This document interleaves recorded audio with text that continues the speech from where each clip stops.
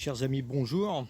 Alors aujourd'hui, nous n'allons pas parler de nos belles finales de jadis. Et je sais que celle de 1981 d'Angoulême, vous la suivez beaucoup. Donc aujourd'hui, nous allons faire place à l'information, puisque je sais que vous aimez bien de temps en temps que j'intercale des petits dossiers pour pouvoir justement réajuster certaines choses. Et comme vous le savez, il y a eu une émission sur le mordant rend-il agressif, hein, il y a pas très longtemps.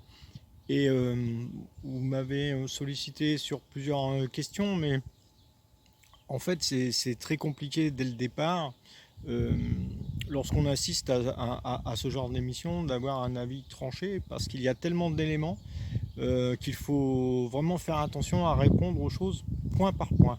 Tout ça pour vous expliquer que je ne suis pas un adepte d'émissions YouTube sur le chien, j'en regarde très peu, hein.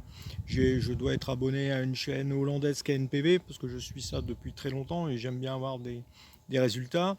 Je suis aussi abonné à une chaîne belge et je suis aussi abonné à Patience Chien, la chaîne YouTube de Fabrice Bagné, parce qu'elle est vraiment riche et très intéressante. Donc c'est un ami qui m'a appelé un soir et qui m'a dit tu devrais regarder ce qui se passe sur cette chaîne YouTube parce qu'ils sont en train de parler pardon, excusez-moi, il y a une voiture qui vient de passer. Ils sont en train de parler d'un dossier qui nous intéresse, donc le mordant rend-il agressif. Donc je me suis connecté, j'ai pris l'émission en cours et j'ai commencé à regarder ça avec un étonnement et une surprise sur déjà la qualité du débat, la qualité des intervenants et le fait que tout soit mélangé comme ça. Donc on va essayer de répondre à tout ça point par point.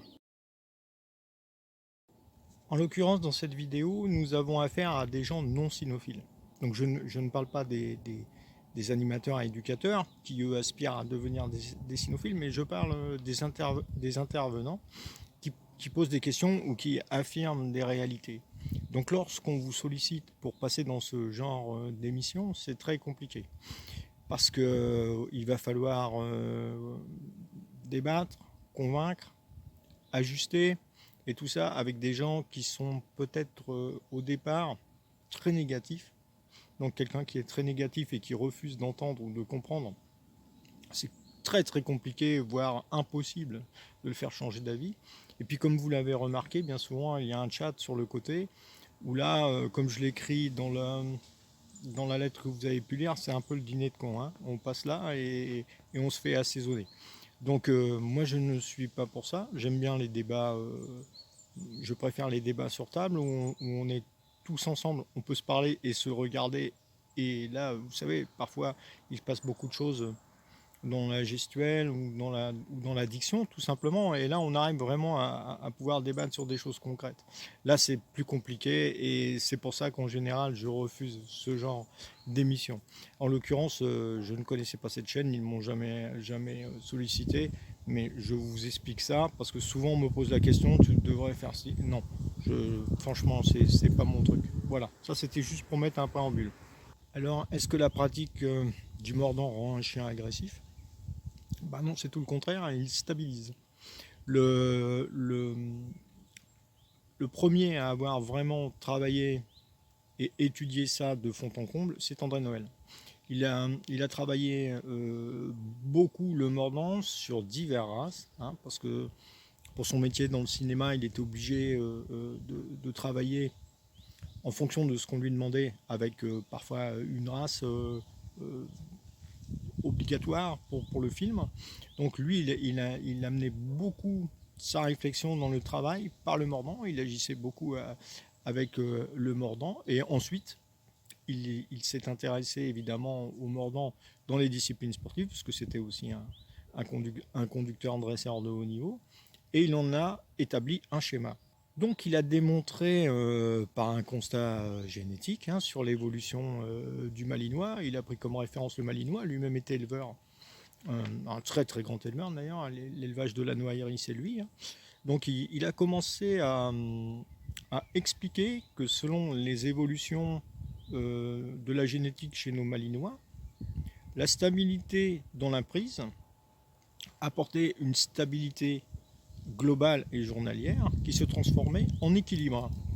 Alors si vous voulez, grâce à André, nous, ses élèves, on a eu la chance de parcourir certains de ses écrits, parce il tenait un livre hein, où il notait beaucoup de choses, et nous-mêmes avons continué ces recherches hein, pour essayer de comprendre exactement les tenants et les aboutissants du mordant, et surtout qu'est-ce que le mordant euh, procurait sur le long terme. Alors de mon côté, j'ai fait quelques recherches et je me suis aperçu de ça. Les phases de courage sans agressivité, mais proposant une confrontation, pouvaient s'obtenir sans une réaction violente grâce au contrôle, car le courage et le contrôle ont toujours été liés. Donc André avait aussi remarqué que le visage du Malinois avait changé plusieurs fois. Nous qui avons connu des Malinois plutôt pointus, au caractère affirmé, qui n'étaient pas toujours faciles en société, et pas toujours faciles à côté des terrains, etc., on s'est aperçu que le mordant stabilisait énormément. Donc aujourd'hui, la preuve en est que quand vous allez vous promener aux abords d'un club ou d'un terrain, vous voyez des gars faire des compétitions de haut niveau, et les chiens sont très sympas. Donc vous voyez que cette formulation est juste en fait. En conclusion, on peut dire, même affirmer, hein, que l'équilibre aujourd'hui de nos chiens s'affirme dans une vie sociale sans une vigilance perpétuelle. Donc André, qui lui à l'époque avait poussé ça encore plus loin, il avait pris comme base euh, le mordant dans le programme belge, le mordant dans le programme hollandais, et tout ça en essayant d'en récolter l'excellence pour notre ring français, et bien sûr en noyau sélectif et génétique d'élevage. Ce qui est intéressant dans sa recherche, c'est de noter les différences justement entre les nations qui pratiquent un mordant sur toile, hein, j'entends, et comment ils le pratiquent, ce qu'ils cherchent et ce qu'ils récoltent de cette sélection. Ça, c'est super important pour bien comprendre la démarche de chaque programme. Alors bon, pour ça, il faut connaître un petit peu le règlement. Ça, c'est pas bien méchant. Il faut regarder quelques concours et puis s'intéresser un petit peu à, comment vous dire, sur une attaque, ce qui prime. En France, ou même les chiens rapides, qui rentrent vite, qui ont une prise directe qui sèche d'entrée, qui sont combatifs dans l'attaque, hop, qui ont des cessations très nettes, etc. Ça, nous, on adore. En Belgique, ils aiment le mordant appliqué, c'est-à-dire très profond, avec une prise en calé, le chien pousse dans la prise, et ils aiment beaucoup des chiens avec des prestances, des grosses prestances de prise comme ça. Et la stabilité de cette prise est vraiment réelle. Dans la mesure où le chien doit passer un artifice, il traverse l'artifice et la vitesse de pénétration de l'artifice doit être proportionnelle à la prise derrière. Donc vous imaginez, par exemple en monduring, vous avez des super beaux passages d'artifice, mais derrière vous n'avez pas toujours la prise qui va avec, parce que le costume n'est pas toujours fait pour aussi, hein, on est d'accord. Mais au niveau de la Belgique, ils ont des costumes très difficiles, hein, c'est des costumes assez durs, avec une toile spéciale, et eux cultivent ça.